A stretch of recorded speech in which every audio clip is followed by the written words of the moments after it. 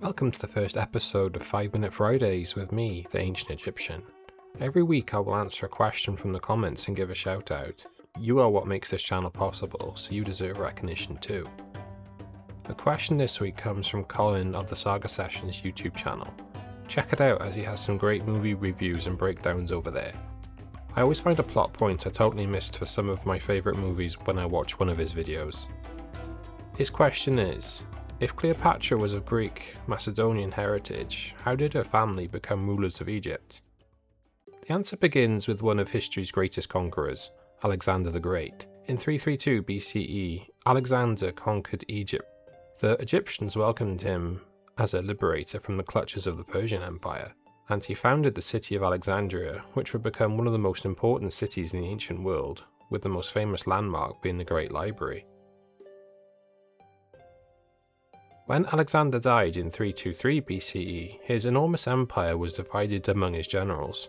One of them, Ptolemy I Sota, took control of Egypt. Rather than ruling as a temporary governor, Ptolemy declared himself king and established the Ptolemaic dynasty. But it wasn't just Ptolemy that set up shop in Egypt, but also the remnant of Alexander's army of tens of thousands that were loyal to Ptolemy that came with him. With the promise of land and power they remained, often bringing their families. Intermittent and successful wars with other legacy kingdoms such as the Seleucid Empire meant a steady supply of wealth poured into Egypt, increasing prosperity and encouraging more migration from Greek-speaking lands. For nearly 300 years the Ptolemies ruled Egypt.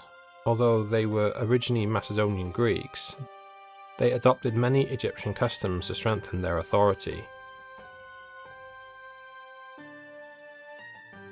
They built temples dedicated to Egyptian gods.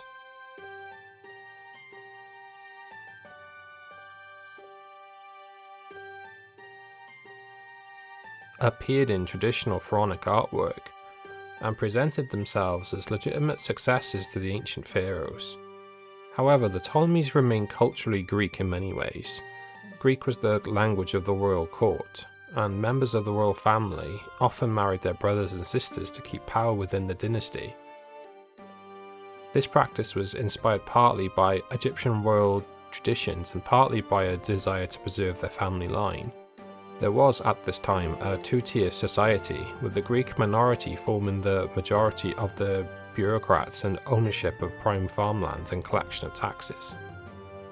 The most famous ruler of this dynasty was Cleopatra VII, who became queen in 51 BCE. Unlike many of her ancestors, Cleopatra learned the Egyptian language and worked to connect with her Egyptian subjects. This is sometimes misinterpreted as her being Egyptian herself or having immediate Egyptian relatives.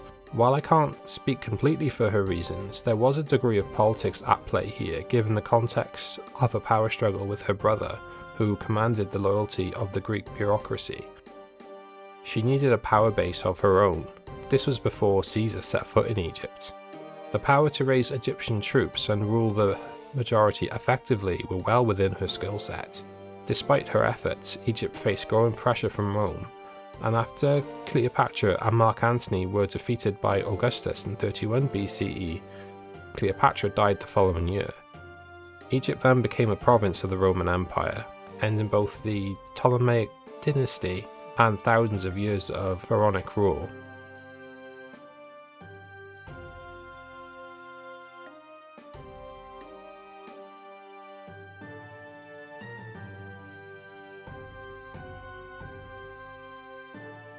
If you have a burning question about ancient Egypt or would just like to see clarity on something that you already know, please write your question in the comments.